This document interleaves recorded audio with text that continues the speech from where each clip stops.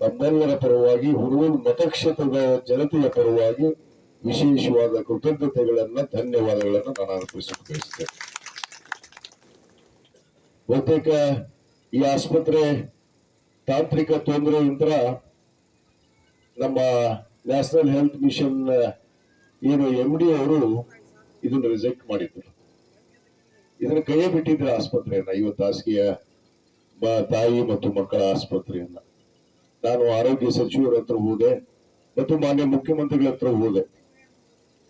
ಕೆಲವೇ ನಮ್ಮ ಜಿಲ್ಲೆಯಲ್ಲಿ ಸುಮಾರು ಮುದ್ದೇಗೋಳ ಆಗಿರ್ಬೋದು ಮತ್ತು ಮುಧೋಳ ಆಗಿರ್ಬೋದು, ಹುನಗುಂದ ಆಗಿರ್ಬೋದು, ಈ 3 ಆಸ್ಪತ್ರೆಯನ್ನು ಕೂಡ ಅವರು ತಾಂತ್ರಿಕ ತೊಂದರೆಯಿಂದ ಇದನ್ನ ಅವರು ಅನುಮತಿಯನ್ನ ಕೊಡುವಂತ ಹಂತದಲ್ಲಿ ಇರಲಿಲ್ಲ. ಅವಾಗ ಮಾನ್ಯ ಮುಖ್ಯಮಂತ್ರಿಗಳಿಗೆ, ಆರೋಗ್ಯ ಸಚಿವರಿಗೆ ನಾವು ವಿನಂತಿ ಮಾಡಿಕೊಂಡಾಗ ನಮಗೆ ಬಹಳಷ್ಟು ಅವಶ್ಯಕತೆ ಇದೆ. ಇವತ್ತು 100 ಹಾಸಿಗೆ ಆಸ್ಪತ್ರೆ ಇದ್ರೂ ಕೂಡ ಇವತ್ತು ಈ ಒಂದು 50 ಹಾಸಿಗೆ ಆಸ್ಪತ್ರೆ ಕೂಡ ಇವತ್ತು ಬಹಳಷ್ಟು ಅವಶ್ಯಕತೆ ಇದೆ. ಯಾಕಂದ್ರೆ ಇಲ್ಲಿ ಸುತ್ತಮುತ್ತಲಿನ ತಾಲೂಕಿನ ಜನತೆ ಎಲ್ಲರೂ ಕೂಡ ಇಲ್ಲಿ ಬರುವ ಹಿನ್ನೆಲೆಯಲ್ಲಿ ಈ ಆಸ್ಪತ್ರೆ ನಮಗೆ ಬೇಕೇ ಬೇಕು ಅಂತಂದಾಗ ಮಾನ್ಯ ಮುಖ್ಯಮಂತ್ರಿಗಳು ವಿಶೇಷ ಆದೇಶವನ್ನ ಮಾಡಿ ಕ್ಯಾಬಿನೆಟ್ ಸಚಿವ ಸಂಪುಟದಲ್ಲಿ ಈ ವಿಷಯನ ಪ್ರಸ್ತಾಪ ಮಾಡಿ 3 ಆಸ್ಪತ್ರೆ, ಮುಧೋಳ ಆಗಿರ್ಬೋದು, ಮುದ್ದೇಗೋಳ ಆಗಿರ್ಬೋದು, ಹುನಗುಂದನ್ನ ಇವತ್ತು ಅನುಮೋದನೆಯನ್ನು ಕೊಡೋದ್ರ ಮುಖಾಂತರ ಇವತ್ತು ನಮಗೆ ಮತ್ತೆ ಈ ಆಸ್ಪತ್ರೆಯನ್ನು ಸಿಗುವ ಹಾಗೆ ಮಾಡಿದ್ರು ಅನ್ನೋ ಮಾತನ್ನು ಕೂಡ ನಾನು ಈ ಸಂದರ್ಭದಲ್ಲಿ ಹೇಳಬೇಕಾಗುತ್ತೆ. ಅದ್ರ ಜೊತೆಗೆ ನಿಮಗೆ ಇನ್ನೊಂದು ವಿಚಾರ ನನಗೆ ಕಾಡ್ತಾ ಇತ್ತು. ಕಳೆದ ಅವಧಿಯಲ್ಲಿ 2017-18ರಲ್ಲಿ ಹುನಗುಂದಕ್ಕೆ ಮಂಜೂರಾದಂತ 30 ಹಾಸಿಗೆಯ ಮಕ್ಕಳ ಮತ್ತು ತಾಯಿ ಆಸ್ಪತ್ರೆ ಅದನ್ನ ನಾನು ಇಳಕಲ್ಲಿಗೆ ಶಿಫ್ಟ್ ಮಾಡಿಸಿದೆ. ಯಾಕಂದ್ರೆ ಬಹಳಷ್ಟು ಅವಶ್ಯಕತೆ ಇಳಕಲ್ಲಲ್ಲಿ ಇತ್ತು ಅಂದಿನ ಪರಿಸ್ಥಿತಿಗೆ. ಇಲ್ಲಿ ಆಗಲೇ 100 ಹಾಸಿಗೆ ಆಸ್ಪತ್ರೆ ಇತ್ತು. ಆ ಆಸ್ಪತ್ರೆಯನ್ನು ನಾನು ಇಳಕಲ್ಲಿಗೆ 30 ಹಾಸಿಗೆ ಅಲ್ಲಿಗೆ ತಗೊಂಡು ಹೋದೆ. ಇಳಕಲ್ಲಿಗೆ ಅದನ್ನ ಮಂಜೂರಾತಿ ಮಾಡಿಸಿ ಹುನಗುಂದಕ್ಕಾಗಿದ್ದನ್ನು ಇಳಕಲ್ಲಿಗೆ ತಗೊಂಡು ಹೋಗಿ ಅಲ್ಲಿ ಇಳಕಲ್ಲಲ್ಲಿ 30 ಹಾಸಿಗೆಯ ಏನೋ ತಾಯಿ ಮತ್ತು ಮಕ್ಕಳ ಆಸ್ಪತ್ರೆಯನ್ನ ಅಲ್ಲಿ ನಿರ್ಮಾಣ ಮಾಡಿ ಇವತ್ತು ಬಹಳಷ್ಟು ಜನ ಬಡವರು, ಇಳಕಲ್ಲಲ್ಲಿ ಇರುವಂತ ನೇಕಾರ ಬಂಧುಗಳು, ಕೂಲಿ ಕಾರ್ಮಿಕರು, ಬಡಬಗರು ನಿಜವಾಗ್ಲೂ ಅವರು ಆ ಆಸ್ಪತ್ರೆಯನ್ನ ಮಾಡಿದ ಮೇಲೆ ಆ ಭಾಗದ ಜನತೆ, ವಿಶೇಷವಾಗಿ ಇಳಕಲ್ ತಾಲೂಕು ಹಾಗೂ ಪೂರ್ವದಲ್ಲೇ ಆಸ್ಪತ್ರೆಯನ್ನು ಮಂಜೂರಾತಿ ಮಾಡಿ ನಾನು ಪ್ರಾರಂಭಗೊಳಿಸಿದೆ. ಆ ಒಂದು ಕೊರಗನಲ್ಲಿ ಇತ್ತು. ಹುನಗುಂದಕ್ಕೆ ನಾನು ಆಸ್ಪತ್ರೆಯನ್ನ, ತಾಯಿ ಮತ್ತು ಮಕ್ಕಳ ಆಸ್ಪತ್ರೆಯನ್ನು ತೆಗೆದಲ್ಲ ಅವತ್ತು ಅನ್ನೋದೊಂದು ಕೊರಗಿತ್ತು.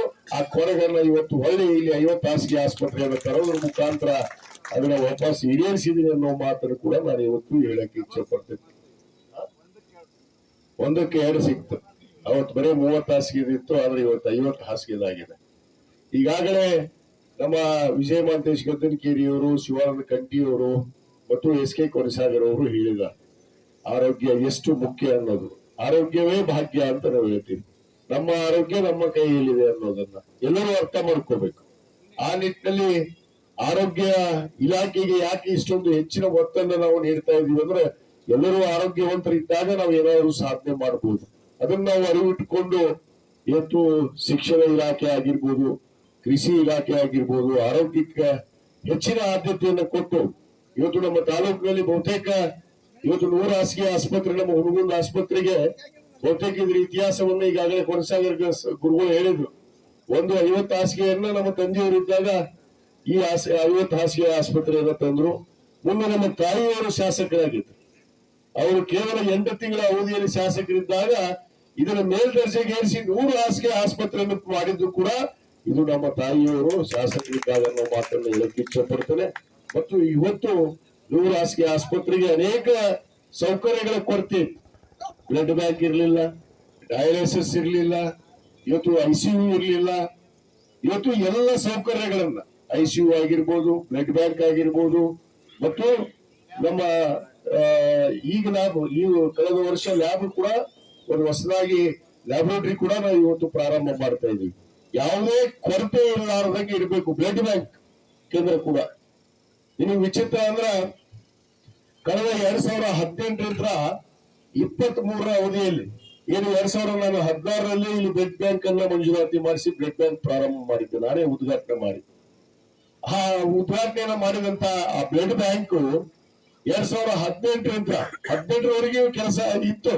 18ರಿಂದ 23ರವರೆಗೂ ಆ ಬ್ಲಡ್ ಬ್ಯಾಂಕ್ ಅನ್ನ ರಿನ್ಯೂವಲ್ ಮಾಡುವಂತ ಕೆಲಸ ಮಾಡಿದ್ದಿಲ್ಲ ಹಿಂದಿನ ಆಡಳಿತ, ಹಿಂದಿನ ಸರ್ಕಾರ. ಅದನ್ನ